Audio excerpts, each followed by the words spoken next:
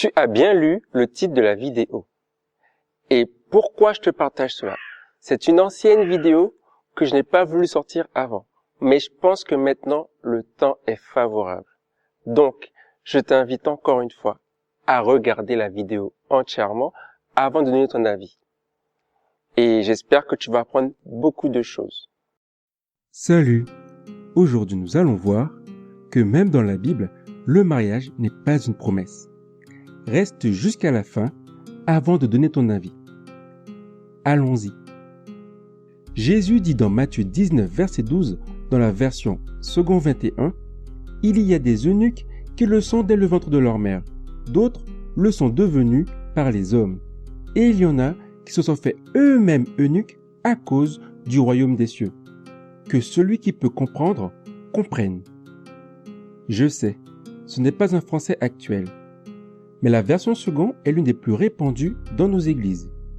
Voici ce que dit la version Semeur. Il y a ceux qui ne peuvent pas se marier parce que, de naissance, ils en sont incapables. D'autres le sont devenus par une intervention humaine. D'autres, enfin, renoncent à se marier à cause du royaume des cieux. Que celui qui est capable d'accepter cet enseignement l'accepte. CQFD. Je peux arrêter la vidéo maintenant. C'est la Bible, c'est Jésus qui parle et il dit clairement que le mariage n'est pas pour tout le monde. On ne va pas décortiquer les versets, mais si ça t'intéresse, dis-le moi en commentaire. Ça pourrait faire l'objet d'une future vidéo. Allez, continuons. Voici le guide personnel des promesses de Dieu, un livre de David Wilkerson. Il présente 866 promesses de la parole de Dieu réparties en 3 groupes. Les besoins spirituels, les besoins personnels et les besoins futurs. Et aucune promesse ne mentionne le mariage.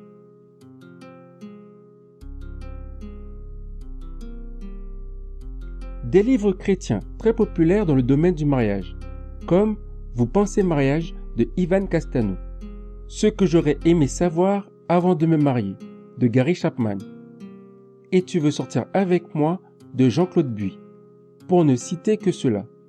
Aucun de ces livres ne présente le mariage comme une promesse de Dieu.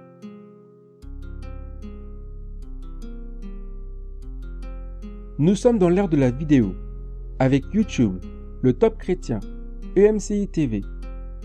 On peut trouver des études bibliques, des formations, des prédications et des séminaires en ligne, avec des orateurs comme Dr Miles Monroe, Pasteur T.D. Jakes, Pasteur Mohamed Sanogo, Pasteur Jérémy Sourdril, Pasteur Marcelo Tunasi, les pasteurs Rachel et Éric Dufour, Pasteur Devon Franklin.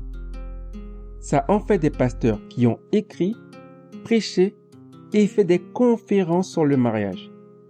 Et aucun ne s'est avancé pour dire que le mariage est une promesse biblique.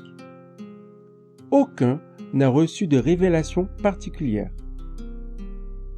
Alors pourquoi beaucoup de chrétiens pensent que le mariage est aussi important que le salut?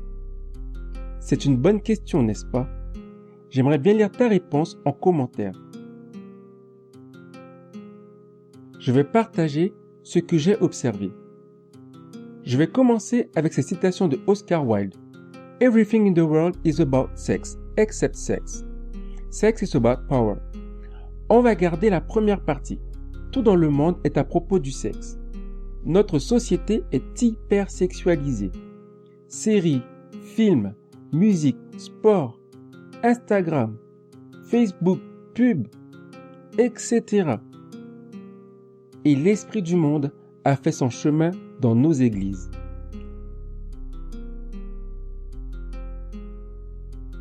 Donc, nos pasteurs nous parlent du mariage et encore du mariage.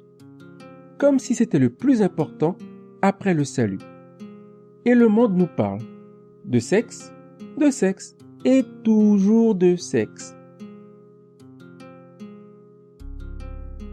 Les chrétiens non mariés qui veulent honorer Dieu se retrouvent au milieu, frustrés, incompris, livrés à eux-mêmes sans aucune réelle solution, si ce n'est de se réconforter dans le fait que Dieu leur donnera la bénédiction du mariage, que Dieu pourvoira certainement. C'est ainsi qu'une fausse doctrine s'est immiscée dans nos églises. Quand Dieu a dit « il n'est pas bon que l'homme soit seul », en Ève, il a pourvu à la famille, l'amitié, l'église et au travail. Dans tous ces cercles, nous ne sommes pas seuls. Le péché continue de détruire, mais en Christ, nous avons tout cela et bien plus encore. Voici quelques promesses présentes dans la Bible. Si vous demeurez en moi et que mes paroles demeurent en vous, vous demanderez ce que vous voudrez et cela vous sera accordé. Demandez et l'on vous donnera. Cherchez et vous trouverez. Frappez et l'on vous ouvrira. La prière de la foi sauvera le malade et le Seigneur le relèvera. S'il a commis des péchés, le pardon lui sera accordé. Si quelqu'un me sert, qu'il me suive. Et là où je suis, là aussi sera mon serviteur. Si quelqu'un me sert, le Père l'honorera. Crois au Seigneur Jésus et tu seras sauvé, toi et ta famille. Fais de l'Éternel tes délices et il te donnera ce que ton cœur désire. Là où 2 ou 3 sont assemblés en mon nom, je suis au milieu d'eux. Et la Bible a bien plus à t'en donner encore.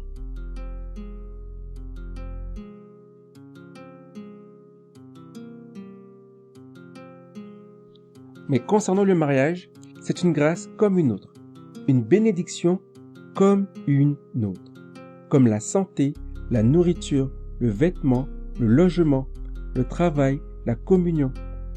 Toutes ces choses, nous pouvons les demander par la prière.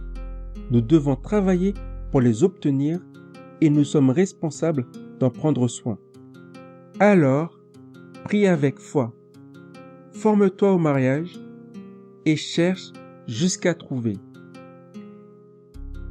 Je suis Buni, avec un U comme dans Uni. Je veux aider les hommes à se lever dans leur appel. C'était, même dans la Bible, le mariage n'est pas une promesse. Si tu as appris quelque chose, si tu as aimé ou si tu as été dérangé, abonne-toi. Donne un like, explique ton avis en commentaire et partage à quelqu'un qui pourrait aimer ou à quelqu'un qui pourrait être dérangé. Je te dis à bientôt. Je suis Jésus, mais je ne suis pas un follower. Simplement j'ai cru, et ce de tout mon cœur. Je le crie partout, avec toutes mes valeurs. Parfois je passe pour un fou, mais toujours dans le bonheur. Je ne connais pas la honte, ni la culpabilité. Ce n'est pas en compte, juste ma réalité. Tout ce que je fais, je le fais à 100%. Je vis dans la paix, peu importe le moment. Tout ce que je veux, c'est que tous connaissent la vraie vie.